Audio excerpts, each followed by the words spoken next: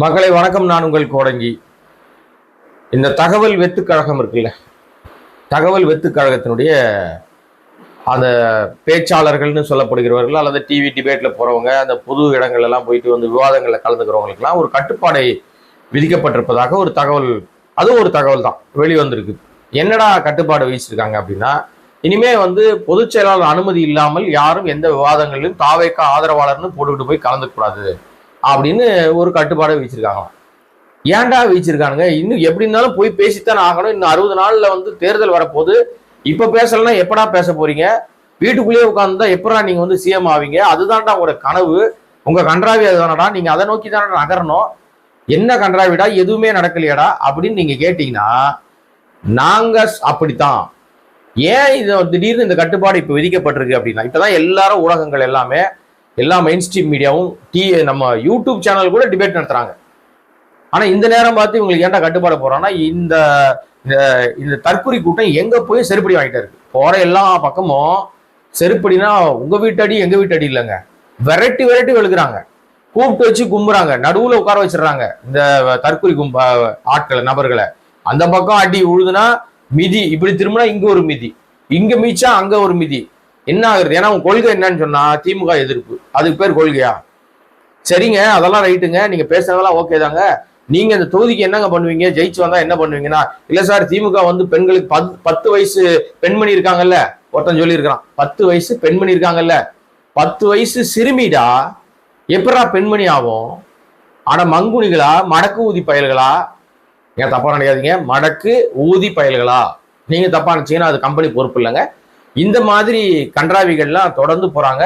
அதுவும் பாத்தீங்கன்னா மூஞ்சி முகம் தெரியாதவன் எங்கன்னா போய் அடி வாங்கினா கூட பரவாயில்லைங்க, மூஞ்சி முகம் தெரிஞ்சவனே அடி வாங்குறான் போற பக்கம்லாம். அதுவும் உங்க வீட்டடி எங்க வீட்டடியில, ஊரா விட்டு அடிலாம் அடி வெளுன்னு வெளுக்குறாங்க. நம்ம நம்ம நண்பர் பிலிக்ஸ் அவர் வந்து பொய் பரப்புவதில் மன்னர், வதந்தி பரப்புவதில் மன்னர். அவர் வந்து அடி பலம் அவருக்கு செம்மடி வாங்கியிருக்காரு. பல இடங்கள்ல ஊடகத்துல போய் அவரு போய் உட்கார்ந்து அடி வாங்கிட்டு வராரு. ஆனா அவருடைய ஊடகத்துல வந்து அவர் பயங்கர வீராவேசமா பேசுறாரு. அவருடைய மகளை வச்சுக்கிட்டு அவர் நிறைய விஷயங்கள் பேசுறாரு. அதுல வந்து அதுவும் ட்ரோல் மெட்டீரியல் ஆகி செருப்படி வாங்கியிருக்காரு. அந்த பொண்ணு பேசுது, அந்த பொண்ணு எனக்கு தெரிஞ்சு பஸ்ல எல்லாம் போக வாய்ப்பு இல்லைங்க. ஏன்னா செல்வ செழிப்பாக தான் இருக்கிறார் பிலிக்ஸ் அவர்கள், நல்ல வசதி வாய்ப்போடு இருக்காரு. அது அவருடைய உழைப்பில் கிடைச்ச விஷயமா இருக்கலாம். ஏன்னா ஆல்ரெடி அவர் வந்து அவருடைய நம்ம அந்த சாக்கடை சங்கரோட சேர்ந்து ஒரு நிறைய விஷயங்கள்லாம் பண்ணாரு இல்லையா? அது யாருன்னு கேக்குறீங்களா?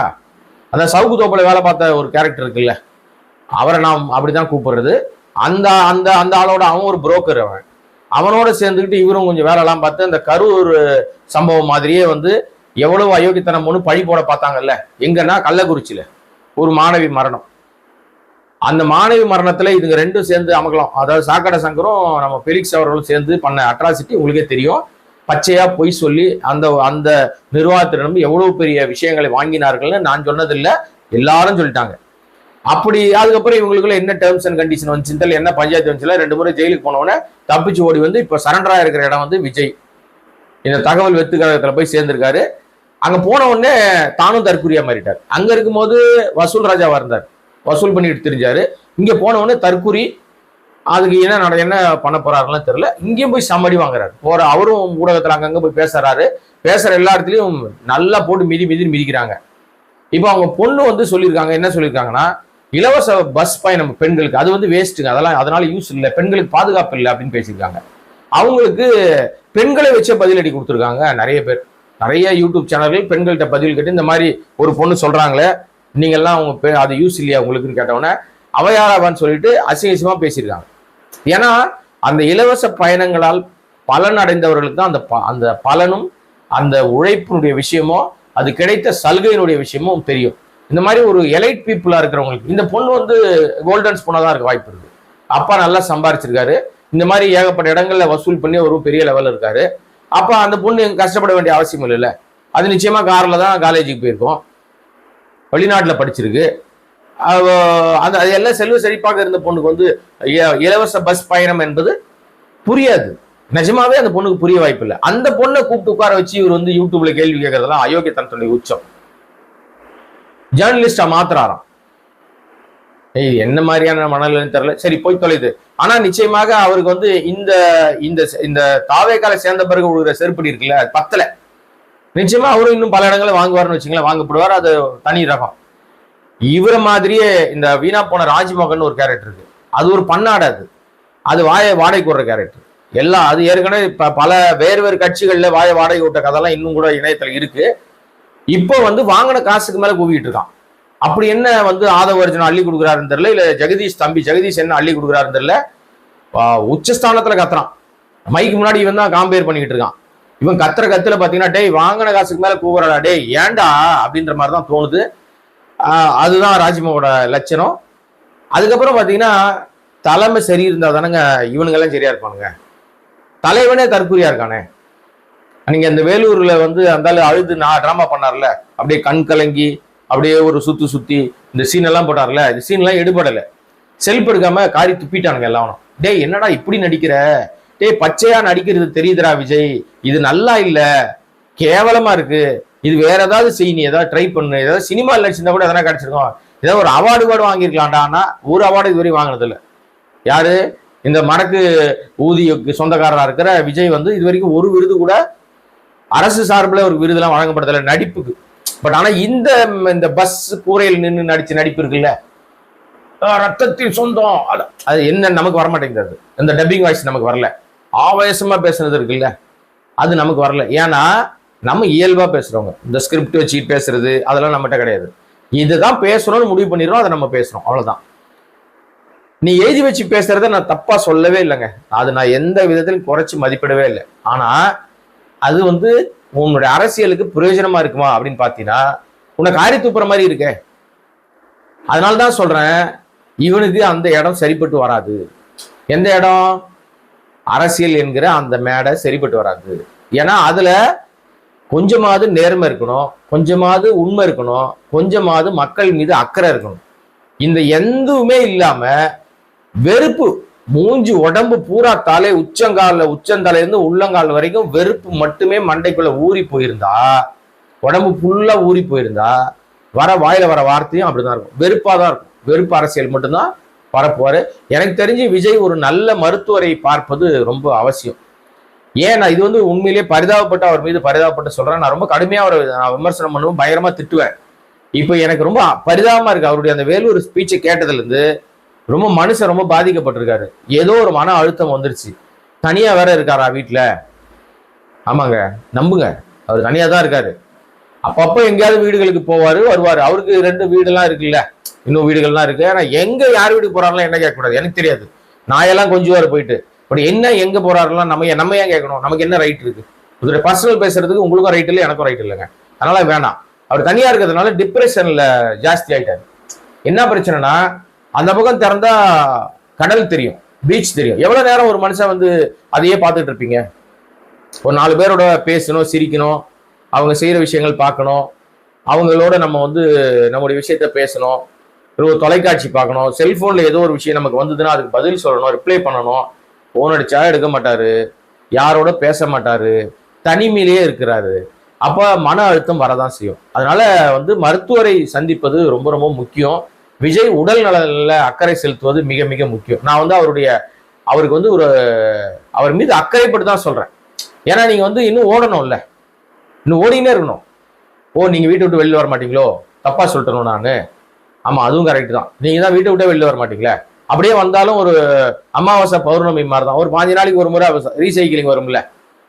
இன்னைக்கு வந்து அமாவாசை அப்படின்னா திருப்பி வந்து நீங்க வந்து சந்திரனை பார்க்கணும்னா இன்னொரு 15 நாள் ஆகும். திருப்பி வந்து நீங்க வந்து அமாவாசையை பார்க்கணும்னா இன்னொரு 15 நாள் ஆகும். அப்படியே ரீசைக்கிள்ல வந்துட்டே இருக்கும். அந்த மாதிரி ஒரு 5 நாளைக்கு ஒரு முறை, 20 நாளைக்கு ஒரு முறை, ஒரு மாசத்துக்கு ஒரு முறை தான் நீங்க வீட்டு விட்டு வெளியில வர்றதுனால இந்த மாதிரி மன அழுத்த பிரச்சனைகள் இருக்கும். அது கண்டிப்பாக நீங்க வந்து ஒரு நல்ல மனநல மருத்துவரை சந்தித்து ஆலோசனை பெற்றுக்கொண்டால் முகத்துல அந்த தேஜஸ் கிடைக்கும். நடிக்க வரும்போது நீங்க அழகா இருக்கீங்க, சிரிக்கிறீங்க, ஆக்ஷன் பண்றீங்க, டான்ஸ் ஆடுறீங்க, எல்லாம் பண்றீங்கல்ல. அந்த பஸ் மேல ஏறிட்டா மட்டும் என்னங்க,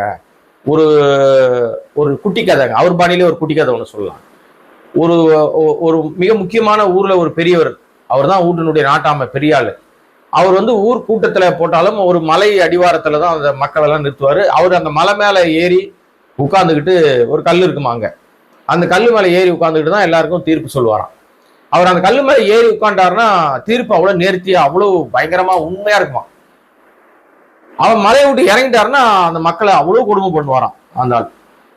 என்னடா இது மனுஷன் வந்து மலை மேல உட்கார்ந்தா வந்து ஒரு மாதிரி இருக்காரு, கீழே இறங்கினா வேற மாதிரி இருக்காரு, ஆள் வந்து மாறி மாறி இருக்காரு, இவருக்கு ஏதோ பாதிப்பு இருக்கு அப்படின்னு சொல்லிட்டு ரொம்ப யோசித்தாங்களாம். அப்போ வந்து இந்த ஊர்ல திருடுறதுக்கு ஒருத்தன் வந்திருக்கான், ஒரு திருட்டு பையன். அவன் என்ன பண்ணிருக்கான், எல்லா பொருளும் அங்க எங்க வீடு கிடைச்சோ கண்ணம் போட்டு திருடிட்டான். திருநவன் ஓடி போய் வந்து அந்த குன்று அந்த மலை மாதிரி இருக்குல்ல அந்த இடத்துல போய் பதுக்கிடலாம் அப்படின்னு சொல்லிட்டு நேரா ஓடி போயிருக்கான். போன உடனே அவன் அந்த இவர் ரொம்ப ஓடுனதுல டயர்ட் ஆயிட்டான். இப்ப அந்த உட்கார்ந்து ஒரு தீர்ப்பு சொல்லுவார்ல ஒரு கல்லு, அது மேல அவர் ஏறி உட்கார்ந்துருக்கான். ஏறி உட்கார்ந்த உடனே பார்த்தா ஐயோ நம்ம தப்பு பண்ணிட்டோம், எல்லாரும் கஷ்டப்பட்டு உழைச்சி அவங்க கஷ்டப்பட்டு வாங்கின பொருட்களை நம்ம வந்து ஒரு நொடியில திருடிட்டு வந்துட்டோமே, நம்ம இல்ல ரொம்ப தப்பு பண்ணிட்டோம், நம்ம இந்த பொருட்களை திருப்பி ஒப்படைக்கணும்னு அவனுக்கு தோணி இருக்கு. டக்குனு உடனே இறங்கி எடுத்து அந்த மலையை விட்டு இறங்கின உடனே எங்க போறோம் நம்ம அப்படின்னு சொல்லி அவன் கையில பொருளோட மாட்டிக்கிட்டான். எல்லா மக்கள் புடிச்சாங்க அவனை. இல்ல அவனா அடி அடி விழுது. என்னடா ஏன்டா திருநவன் ஓடியில போயிடுவாடா, என்னடா திருப்பி ஊருக்குள்ள வந்து மாட்டிக்கிட்டேன்னா, இல்லைங்க நான் திருடிட்டு ஓடி போலான்னு தான் பார்த்தேன், டயர்டா இருந்தது அந்த கல்லு மேல உட்காந்துங்க, அப்போ எனக்கு வந்து கொடுத்துடணும்னு தோணுச்சுன்னு. உடனே மக்களுக்கு ஏற்கனவே ஒரு சந்தேகம் இருக்குல்ல, நம்ம ஊர் தலைவர் வந்து நம்மளை அடி கொடுமைப்படுத்துறாரு, பயங்கரமா கடூரமா அடிக்கிறாரு வெளுக்கிறாரு, ஆனா அந்த கல் தீர்ப்புன்னா அந்த கல்லு மேல உட்காந்தாருன்னா நேர்மையா சொல்றாரு, அப்ப ஏதோ அங்க இருக்கு அப்படின்னு சொல்லிட்டு அந்த கல்லை வந்து புரட்டி போட்டாங்களாம். அங்க பாத்தீங்கன்னா அங்க வந்து ஒரு சிம்மாசனம் கிடைச்சது அப்படின்னு சொல்லி ஒரு கதை ஒண்ணு உண்டு. அது வந்து நீதி தவறாமல் வழங்கின ஒரு நீதி அரசருடைய சிம்மாசனம். அதனால அந்த இடத்துல உட்கார்ந்தா மட்டும் தீர்ப்பு சரியாக வரும், அந்த இடத்துல உட்கார்ந்தா நேர்மையான சிந்தனைகள் வருது, அந்த இடத்துல உட்கார்ந்தா திருடான் கூட நல்லவனா மாறிடுறான் அப்படின்னு ஒரு கதை வந்து உலா வருது இணையத்துல, எல்லா இடங்களையும் உலா வருதுன்னு வச்சுங்களேன். இது எதுக்கு இந்த கதையை சொல்றோம் அப்படின்னா, இது நல்லவனா மாறுறதுக்கு அந்த கல்லு. விஜய் இருக்கிற வரைக்கும் நடிப்பு வந்து அவர் நடிச்சாரு, சிரிச்சாரு, மேக்கப் போட்டாரு, அழுதாரு, ஓடினாரு, ஆடினாரு, எல்லாம் பண்ணாரு, சினிமால எல்லாம் பண்ணாரு. அரசியலுக்கு வந்துட்ட பிறகு அது அந்த கொலகார பஸ் மேல ஏறி நின்ட்டாலே, அந்த பஸ்ஸுக்குள்ள உட்கார்ந்துட்டாலே மனுஷனுக்கு கோர பசி, அகோர பசி, கொலைப்பசி, மக்கள் எல்லாம் அப்படியே சாப்பிடுற பசி வந்துடுது, வெறுப்பு முகத்துல தெரிக்குது, கர்ண கொடூரமா மூஞ்சி மாறிடுது, ஆவேசமா பேசுறாரு, அந்த ஆவேசத்துல அர்த்தம் இல்லாம பேசுறாரு. கரூர்ல ஏன் மேல பழி போட்டீங்க, உங்களுக்கு மனசாட்சி இருக்கான்னு கேக்குறாரு. திடீர்னு ஒருவேளை நமக்கே சந்தேகம் வந்துச்சு, விஜய் சொல்றது உண்மையா இருக்குமோ, ஒருவேளை முதலமைச்சர் வந்து தப்பா பேசிட்டாரோ, விஜய் மேல குற்றம் சாட்டிட்டாரோ, ஒருவேளை அவர் மேல வழக்கு போட்டாரோ, தெலுங்கானால நினைச்சு அந்த மாதிரி ஏதோ பண்ணிட்டாரு போல இருக்கு ஸ்டாலின், ஐயோ அப்படின்னு சொல்லி நம்ம திருப்பி செய்திகளை தேடினா ஏற்கனவே முதல்வர் என்ன பேசியிருக்காருன்னு சொல்லி கரூர் விஷயங்களை தேடி பார்த்தா அவர் வந்து வழக்குல கூட சேர்க்கல, விஜய வந்து ஒரு பார்வையாளராக கூட அந்த வழக்குல சேர்க்கல, விட்னஸ்ல கூட அவர் வந்து பண்ணல. இந்த மாதிரி நிலைமையில இப்படி ஒரு விஷயம் பண்ணும்போது வேற எந்த அடிப்படையில வந்து நம்ம யோசிக்க முடியும்னு பார்த்தா, முதல்வர் ரொம்ப நல்லா பேசியிருக்காரு, ரொம்ப நல்லா சொல்லியிருக்காரு. இவர் வந்து எந்த ஒரு தலைவனும் தன் தொண்டை சாவதை விரும்ப மாட்டான்னு சொல்லிட்டு கடந்து போயிட்டாரு. ஆனா இப்ப திடீர்னு கரூர் பத்தி பேசாத இருந்த, அமைதியா இருந்த, இவ்வளவு நாள ஓடி ஒளிஞ்சு 30 நாள் தலைமுறை வாழ்க்கை அது இது நடந்து முடிஞ்சு எல்லாம் பண்ண பிறகும் இப்ப திடீர்னு ஒரு விஷயம் நடந்திருக்குது. என்ன நடந்திருக்குன்னு சொன்னா, கரூரை பத்தி பேச ஆரம்பிச்சார். கரூரை பத்தி என்ன பேசுறாருன்னு பார்த்தா, கரூர்ல என் மேல ஏன் பழி போட்டீங்க அப்படின்னு ஒரு வார்த்தையை சொல்லிட்டார். என்னடா இது மனுஷன் அந்த பஸ் மேல ஏறி நின்னாலே இந்த ஆளுக்கு இப்படி வந்து மரகர கண்டுருதா, ஏதோ அரமெண்டல் ஆயிட்டாரா, ஏதாவது பைத்தியம் கீத்தியம் பிடிச்சி போச்சா? இல்லைங்க, உண்மையிலே பரிதாபப்பட்டு நான் சொல்றேன், கோச்சிக்காதீங்க, பரிதாபப்பட்டு இந்த தாவேகா தற்கூரிகள் வந்து கோவப்படாதீங்க. உங்க அண்ணனை வந்து நீங்க பாதுகாக்கணும்னா அவருக்கு என்ன பிரச்சனை, என்ன மனசளவுல என்ன பிரச்சனைன்னு கண்டுபிடிங்க. போய் தப்பு தப்பா போய் சொல்லிட்டு இருக்காரு, தப்பு தப்பா சொல்றதெல்லாம் உளறிட்டு இருக்காரு, என்ன சொல்லணுமா சொல்ல மாட்டேங்கிறாரு. நிர்வாகிகள் கூட்டம்னு ஒரு கூட்டம் நடத்துறாருங்க. சரி, இதுதான் வந்து பொய் சொன்னாரு செருப்படி வாங்குறாருன்னு வச்சுங்களேன். பட் அவருக்கு செருப்படி வாங்குறது ஒன்றும் கஷ்டம் பெரிய விஷயம்லாம் இல்லை, போற இடத்தெல்லாம் வாங்கிட்டு இருக்காருன்னு வச்சுங்க. இன்னொன்னு சொல்றேன், நிர்வாகிகள் கூட்டம்னு நடத்துறாருங்க. அந்த நிர்வாகிகள் கூட்டத்துல வர்றவெல்லாம் யாரு? நம்ம ஒரு துண்டு ஒன்று போட்டுக்கிட்டு ஓட்டே இல்லாத ஒரு கும்பல், தற்கூரி கும்பல், அறிவு கெட்ட கும்பல், மரமண்டைங்க தான் அங்க வருது. ஒண்ணு கூட அறிவில்லை. அது தெளிவா, ஏன்னா பேசுற பேச்செல்லாம் அவ்வளோ காரி துப்புற மாதிரி தான் இருக்கு. அவ்வளவு வீடியோ வைரல் ஆகிட்டே இருக்குது. ஒரு ஆபத்தான ஒரு அரசியலை, ஆபத்தான ஒரு விஷயத்த மக்கள்கிட்ட ஸ்லோ பாய்சன் மாதிரி சொல்லிக்கிட்டு இருக்குது இந்த முண்டம், இந்த விஜய் முண்டம். இது அங்க வர்றான்ல, அவங்கிட்ட என்ன கேட்கணும்? அவனுக்கு அரசியலை சொல்லி கொடுக்கணும். இவனுக்கே தெரியாது அரசியல், அப்புறம் அவன் எப்படி இன்னொருத்தனுக்கு சொல்லி கொடுப்பான்னு கேக்குறீங்களா? அது உண்மைதான். எல்லா கட்சியும் என்ன பண்ணுவோம்னா, வரவங்களுக்கு அரசியல் நெறிப்படுத்தி, நீ போய் உன் பக்கத்துல இருக்கிற உள்ள அக்கம் பக்கத்துல இருக்கிறவங்களாம், நான் ஆட்சிக்கு வந்தா, எங்கால ஆட்சிக்கு வந்தா இதை செய்வாரு, அதை செய்வாரு, இதை நல்லது பண்ணுவாரு, மகளிருக்கு இது பண்ணுவாரு, பெண்களுக்கு இது பண்ணுவாரு, வீட்டு பெரியவங்களுக்கு இது பண்ணுவாரு, ஏஜ்டு இருக்கிறவங்களுக்கு, வயதானவர்கள் இதெல்லாம் பண்ணுவாரு, குழந்தைகள் இதெல்லாம் பண்ணுவாருன்னு இவ்வளவு சொல்லியிருக்காருங்க. வேலை வாய்ப்பு உருவாக்குவாருன்னு சொல்லியிருக்காருங்க. அதுங்க இதுங்கன்னு என்னத்தையும் வாயில அடிச்சு விடணும். எங்க அண்ணன் சீமான் சொல்றாருல, ஆடு மாடு மேய்க்கிறவங்க அரசு வேலைன்னு சொல்றாருல்ல, சாத்தியமானு கேட்டீங்கன்னா கிடையாது. அது வாய்ப்பு இல்லை. இவன் பிள்ளைய மட்டும் எங்கேனா வெளிநாட்டுல படிக்க வைப்பாரு, இல்லைன்னா பெரிய ஃபாரின் ஸ்கூல்ல படிக்க வைப்பாரு, தனியார் பள்ளியில படிக்க வைப்பாரு, பல லட்சம் பணம் கட்டுவார் ஃபீஸ். ஆனா கிராமத்துல இருக்கிறோம் ஆடு மாடு மேய்க்கணும், குலத்தொழில் செய்யறோம், பானை செய்யணும். அதுக்கு ஒரு பெரிய பட்டியல் போடுவாரு. சீமானாது ரைட் ஆக மொத்தம் அதையாவது அவர் சொல்றாரு, நான் இதை பண்ணுவேன், அதை பண்ணுவேன், இதெல்லாம் நல்லது பண்ணுவேன்னு சொல்லிட்டு இருக்காரு. இந்த தற்குறி முண்டம் சொல்லுது அந்த நிர்வாகிகள் கூட்டத்துல, இந்த விஜய் பிடிக்குமா, இல்லைன்னா ஸ்டாலின் சார் வேணுமா, இந்த விஜய் வேணுமா, அந்த ஸ்டாலின் சார் வேணுமா? முண்டம், நீ வேணும்னு சொல்லி தானே உன்னை பார்க்க தானே அந்த கும்பல் வந்துருது. 4900 பேர் சொல்லிட்டு ஒரு 10,000 பேர் உள்ள சேர்த்து வச்சிருக்க.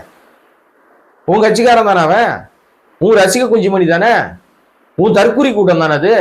அதுகிட்ட நான் வேணுமான்னு கேட்கிற. இதனாலதான் உன்னை சரியான தற்குறி, நீ நம்பர் 1 துபாக்கூர் தற்குறின்னு சொல்றோம். உனக்கு அறிவு இல்லைன்னு ஏன் சொல்றோம் தெரியுமா? அவனை என்ன சொல்லணும்? நீ ஏங்க நீங்க எல்லாம் என்னை நம்பி வந்திருக்கீங்க, இதுக்கு முன்னாடி ஏதோ கட்சியில நீங்க ஓட்டு போட்டிருக்கலாம், அல்ல முதல் முறை வாக்காளரா இருக்கலாம். இந்த முறை நம்ம கண்டிப்பாக நம்ம ஜெயிக்கிறோம். நீங்க எல்லாம் எனக்கு ஓட்டு போட்டிருக்கீங்கன்னு தெரியும், அதனாலதான் நீங்க என்ன நம்பி வந்திருக்கீங்க. உங்க வீட்டுல இருக்கிறவங்க கிட்ட எல்லாம் போய் நாம ஆட்சிக்கு வந்தா இதெல்லாம் செய்வோம்னு சொல்லி ஓட்டு கேளுங்க அப்படின்னு சொல்லி அமிச்சினா, ஒரு 4 நல்ல வார்த்தை சொல்லி அமிச்சினா உன்னை எல்லாரும் பாராட்டுவாங்க. அதை விட்டுட்டு நான் விஜய் வேணுமா இல்ல ஸ்டாலின் சார் வேணுமான மக்கள்கிட்ட கேட்கணும் அந்த கேள்விய. இது என்ன தெரியுமா, ஜெயலலிதா பாணிங்க, பாதி ஜெயலலிதா பாணிய எடுக்கிறாரு. அதாவது முழுசா எடுக்க தெரியல. இந்த முண்ட கலப்பைக்கு எழுதி கொடுக்குறவன் எவன் எழுதி கொடுக்குறான்னு தெரியல. அவன் கையில கிடைச்சான்னு வச்சுங்களேன், கண்டிப்பா நான் காலில் போட்டுக்கிட்டு அடிக்கிறதெல்லாம் இருக்கட்டும், இதை பார்த்துக்கிட்டு இருக்க நீங்களே செருப்படுத்தி அடிப்பீங்க. ஏன்னா டேய், அவன் சும்மா இருக்கிறவனையும் நீங்க சும்மா இருக்க மாட்டீங்கடா. சண்டாளங்களா கொண்டாந்து தெருவில் நிப்பாட்டி தேர எழுதி தெருவில் விட்ட மாதிரி அவனை கொண்டாந்து விட்டுட்டு என்னத்தை எழுதி கொடுக்குறேன்னு தெரியல, தப்பா படிச்சு செருப்படி வாங்கிட்டு இருக்கானடா.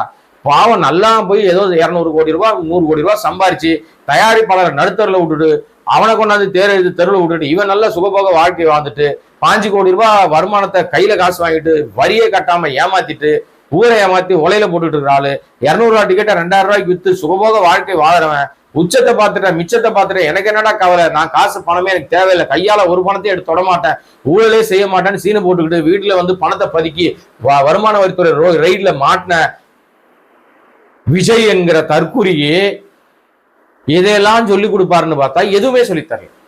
அங்க போய் நீ வேணுமா நான் வேணுமான்னு கேட்டுக்கிட்டு இருந்தா, உன்னை நம்பி தானே வந்தான், உன்னை பார்க்க தானே வந்தான், அப்ப நீ வேணுமான்னு கேட்டா நீ வேணும்னு தான் சொல்லுவான். இது என்ன லாஜிக் இருக்கு? ஆமா, எனக்கு டவுட், வேலூர்ல நீங்க என்ன சொன்னீங்க, முதல்ல 25,000 பேர் வருவாங்க மக்கள் சந்திப்புன்னு சொன்னீங்க, அப்புறம் என்ன ஆணி புடுங்கிறதுக்கு 4,900 பேர் அது நிர்வாகிகள் சந்திப்புன்னு மாத்துறீங்க அப்படின்னா இவன் ஒரு உருட்டு உருட்டுறான். என்ன உருட்டுறான்னா, இல்லைங்க அது உங்களுக்கு தெரியாதுங்க, அரசாங்கம் திமுக அரசாங்கம் என்ன பண்ணிச்சு தெரியுமா, அது கண்டிப்பா கொடுக்கல பர்மிஷனு, அதனால எங்களால பண்ண முடியல அப்படின்னு வேலூர் காவல்துறை மீது பழி போட்டானுங்க. காவல்துறை 2 பக்கம் லெட்டரை போட்டானுங்க. இவங்க என்ன எத்தனாம் தேதி கேட்டானுங்க, எத்தனாம் தேதி கொடுத்தோம், 4,900 பேர் பர்மிஷன் கேட்டுட்டு 10,000 பேரை திரட்டிட்டானுங்க. இது திருந்தாத ஜென்மம், உருப்படாத ஜென்மம், ஒண்ணு கூட சொல் பேச்சு அடங்கல, எஸ்ஓபி போட்டோம், வழிகாட்டு விதிமுறைகள் நெறிமுறைகள் கொடுத்தோம், அதை ஃபாலோ பண்ணாத தற்குறி முண்டாங்க அப்படின்னு காவல்துறை செருப்படுத்த அடிச்சிருக்கு. அவன் எவன் முட்டு கொடுத்தான்னு அவனெல்லாம் ஓட ஓட விரட்டி இருக்கு, காரி துப்பிட்டானுங்க. என்னன்னா இவனுக்கு ஏன் மாத்துறாங்க தெரியுமா, அந்த கூரை போட்டதே காவல்துறை சொல்லிதான் போட்டாங்க, இல்லைன்னா போடுற திட்டமே கிடையாது. கேட்டா அதுக்கு செலவாயிடும். ஏன் செலவு பண்ணுவான்? வசூல் மட்டும்தான் பண்ண தெரியும். ஆதவுக்குலாம் வசூல் பண்ண தெரியும், புசி ஆனதுக்கு காசு வசூல் பண்ண தெரியும், செலவு பண்ண தெரியாது, செலவு பண்ண மனசு வராது. ஆனா போலீஸ் தெளிவாக வேலூர் மாவட்ட காவல்துறை கூரை போட்டா பர்மிஷன், சேர் போட்டா பர்மிஷன், இல்லைன்னா நோ பர்மிஷன்ட்டாங்க. அதனால ஒரு வழி இல்லாம கூரையும் சேரையும் போட்டுச்சுங்க. ஆனா சேரை போட்டுதுங்க, எவ்வளவு உடைஞ்சது உடையலாம் எவனும் சொல்லலை. அதனால நம்ம அதுக்குள்ள போக வேண்டாம். கூரை போட்டு அந்த மக்களை ஏதோ ஓரளவுக்கு, அது நமக்கு அந்த மக்கள் மீது எந்த விதமான வருத்தமும் வேதனையும் இல்லைங்க. ஆனா என்ன ஒரே விஷயம்னா, எப்படா நீங்க வந்து அரசியல் கத்துக்க போறீங்கன்ற ஆதங்கம் தான் இருக்கு. ஏதோ பரவாயில்ல, எந்த விதமான உயிர் சேதமும் இல்லை, எந்த விதமான மயக்கமும் இல்லாம கூரையிலேயே வந்து பேசிட்டு போயிட்டாரு. ஆனா இன்னொரு விஷயம், கூரை போட்டதுலயும் ஒரு விஷயம் இருக்குங்க. ஏன்னா இப்போ வந்து வெயில் காலம் ஸ்டார்ட் ஆயிடுச்சு. இனிமே விஜயால வெளியில வந்து நிக்க முடியாது. பஸ் மேல ஏறி நின்னுன்னு இவன் கேட்கற நேரத்துக்குலாம் வர முடியாது, நிக்க முடியாது, சுருண்டுருவாரு. அதனால இனிமே போற இடங்கள், இனிமே வருவாரான்னு தெரியல, அது வேற விஷயம். வேலூரோட ஏற கட்டிட்டாரு. அவர்தான் சொல்லிட்டாரு, என்ன சிஎம்மா நாற்காலியில உட்கார வச்சீங்கன்னா நான் அப்புறமா கிராமமா வருவேன், அப்போ வந்து என்ன பாத்துங்க, சிஎம்மா பாத்துங்கன்னு சொல்லிட்டாரு. இது வந்து விஜயோட லட்சணம். தலைவனே சரியில்லாம இருக்கான், அவனுக்கே பேச தெரியல, தப்பு தப்பா உளறான், பால் டப்பான்னு பேசுறான். நீயே பால்வாடி, 2 வயசு குழந்தை, அந்த புட்டி பால் கூட குடிக்கிற தெரியாது உனக்கு. 2 வயசு குழந்தைக்கு என்ன தெரியும்?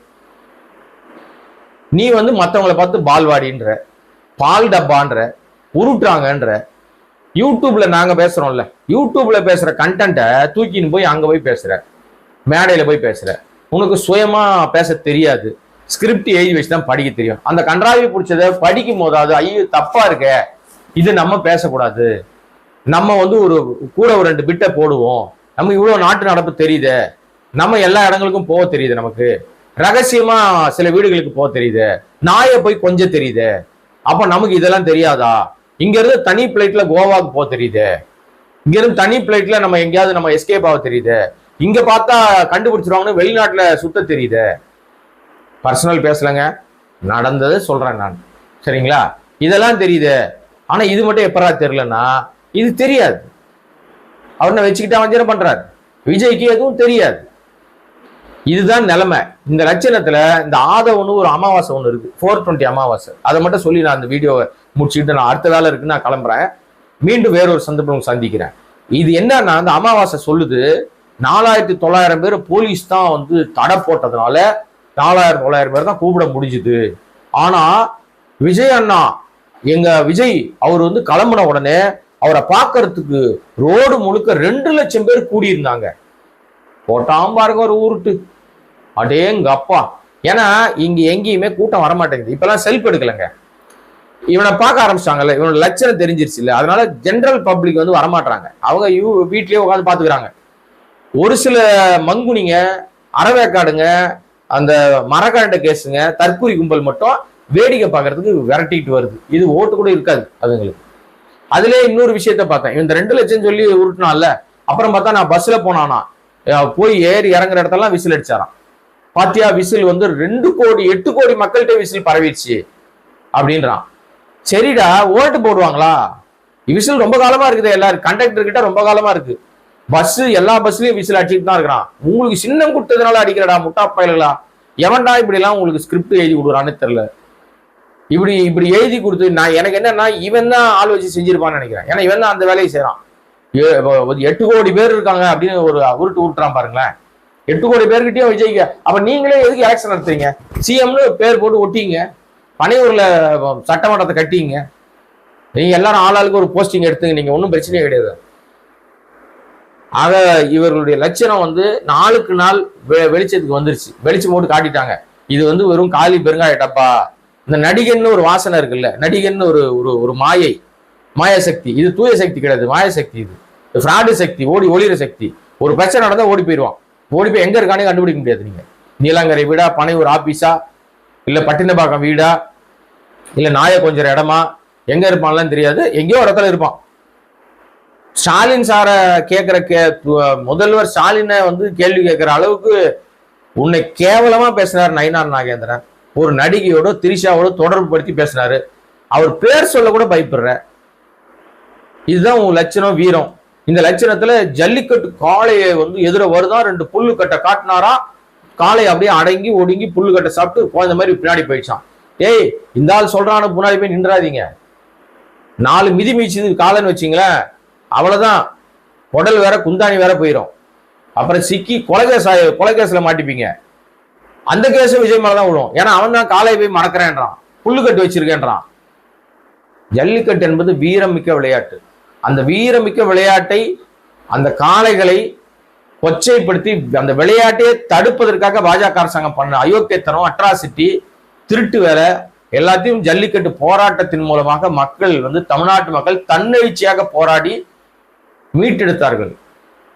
அந்த வரலாறே தெரியாம முட்டாப்பைய ஜல்லிக்கட்டு காலவர் தான் குறுக்க போய் நிக்கிறானா, கெத்தா ஸ்டைலா பாக்கெட்ல கை விட்டு போனானா, சினிமா டயலாக தவிர வேற எதுவும் பேச மாட்டியா விஜய்? நீ உனக்கு எதுவும் தெரியாதா உனக்கு? அப்புறம் என்ன மானாவுக்கு நீ மேல நின்றுட்டு மக்கள்கிட்ட பேசுறேன்னு லூசுத்தனமா உளறிட்டு திரியிறேன்னு தெரியல எனக்கு. புல்லுக்கட்டை எதுவுமே மாட்டு முன்னாடி நீட்டினான்னா, காளை முன்னாடி நீட்டினா என்ன ஆகும்? பழக்கப்படாத காளைகளை பயிற்சி கொடுத்து பழக்கப்பட்ட வீரர்களை போய் தூக்கி மிச்சி அடிச்சு நொறுக்குது. சமயத்துல எத்தனை வீரர்கள் குடல் சரிஞ்சு வெளியில வராங்க, குத்துப்படுறாங்க கொம்புல. இவன் சொல்றான் நம்பிராதீங்க, இவன் உங்களை வம்புல மாட்ட வைக்க பாக்குறான் விஜய், நம்பிராதீங்க. இது ரொம்ப மோசமான ஒரு விஷயம். படிப்படியா நிறைய விஷயத்த சொல்லிக்கிட்டே இருக்கோம் நம்ம. இப்ப கடைசியா இவங்க சொல்லி இருக்கிற இடம் ஊடகத்தை கூட போய் இவனே ஊடகத்துக்கு வரமாட்டேங்கிறான் பாக்குறதுக்கு. இவன் சார்ந்திருக்கிற எவனும் இப்ப ஊடக வெளிச்சத்துல நான் ஆதரவாளர், நான் அவருன்னு போட்டு கூட வரக்கூடாதான் இப்ப. ஏன்னா பயம், எல்லாம் செருப்படி வாங்கிட்டு இருக்காங்க. இருக்கிற மான மரியாதை கப்பல்ல போய் காத்துல ஏறிக்கிட்டு இருக்குது. இன்னும் போக போக ரொம்ப மோசமாயிடும். திருமண பக்கம்லாம் அடிப்பானுங்க நம்ம இனிமே. அதனால என்ன கேட்காம போகக்கூடாது அப்படின்னு ஒரு அறிக்கை விட்டுருக்காரு. அதுதான் இப்ப இணையத்துல பெரிய பரபரப்பா ஓடிக்கிட்டு இருக்கு. இன்னும் என்ன பண்ண போறாங்க இந்த கும்பல்? எவ்வளவு ஆபத்தான விஷயத்தை மக்கள்கிட்ட கொண்டு போய் இந்த புதுசா பக்குன்னு பத்திக்கிற மாதிரி இருக்கிற ஏஜ் இருக்குல்ல, இந்த யங்ஸ்டர் ஏஜ்ல தப்பா வழி நடத்துறான் பாத்தீங்களா? அந்த பொதுச் செயலாளர் சொன்னார் ஒரு வார்த்தைய, உங்களை தொட்டா 2000 பேர் கிளம்பி வருவான், வன்முறை தூண்டுறியா புசி? நீ வயசுல பெரிய ஆளுன்னு பாக்குறேன் நானு. அப்புறம் அசிங்கசியமா பேசுற மாதிரி சூழ்நிலை வந்துடும். என்ன சொல்லி கொடுக்குற நீ? உனக்கு என்ன அரசியல் தெரியுது? ஒரு மண்ணும் தெரியல. மண்டை மேல என்ன இருக்கு உனக்கு? மசாலா கூட இல்லை. அந்த புசி ஆனந்த் சொல்லி கொடுக்குறாருங்க, உன்னை தொட்டான்னா தாவேக்கா 1/2 மணி நேரத்துல 2000 பேர் கிளம்பி வருவான். இவன் சொல்றத நம்பியும் போயிடாதீங்க. அவன் எப்படி உங்க விஜய் சொல்லி மாட்டு முன்னாடி நிக்காதீங்கன்னு நான் சொல்றனோ, அதே மாதிரி இந்த புசி ஆனந்த் சொல்றான்னு போய் ஊர்ல ரொம்ப வளர்க்காதீங்க. அவன் தொட்டுட்டான் இவன் தொட்டுட்டான்னு போய் நின்னீங்கன்னா செருப்படி கன்ஃபார்மு. ஒரு பையன் வரமாட்டான். அப்படியே எவனாவது வந்தானா வழக்கு வாங்குவீங்க. கேஸ் வாங்கினா ஒரு பையன் வரமாட்டான். ஜெயில போட்டான்னு ஒருத்தனை உங்களுக்கு தூக்க மாட்டான், வெளியே எடுக்க மாட்டான். இதுக்கு உதாரணம் சொல்லட்டுமா? இதே மாதிரி அப்பனும் புள்ளியும் சேர்ந்துதான் வன்னிய மக்களை தெருவில் விட்டுருக்கானுங்க. கிட்டத்தட்ட லட்சக்கணக்கான பேர் மீது, இளைஞர்கள் மீது வழக்கு. எவனும் அரசு வேலைக்கு போக முடியல. ஜாக்கிரதையா இருங்க. இவன் சொல்றான்லாம் கேட்டு போய் எங்கேயோ ரோட்ல போய் நின்றாதீங்க. இவன் எவனும் வரமாட்டான். புசி ஆனந்த் வரமாட்டான், ஆதவ் வரமாட்டான், நிர்மல்குமார் வரமாட்டான், ஏன் ஓடி ஒளிஞ்ச ராஜ்பவன் கூட வரமாட்டான். விஜய் நீங்க பார்க்கவே முடியாது. அதனால அவர் பேரை நான் சொல்லல. எங்கேயுமே வரமாட்டான்னு எல்லாருக்குமே தெரியுவேன். நான் வேற தனியா சொல்லணுமா என்ன? ஆக இதுதான் தாவேக்காவுடைய லட்சணம். டைம் ரொம்ப ஆயிடுச்சுன்னு நினைக்கிறேன். வேறொரு விஷயத்துல வேறொரு சந்தர்ப்பத்தை சந்திக்கிறேன். மீண்டும் வருகிறேன். நன்றி, வணக்கம்.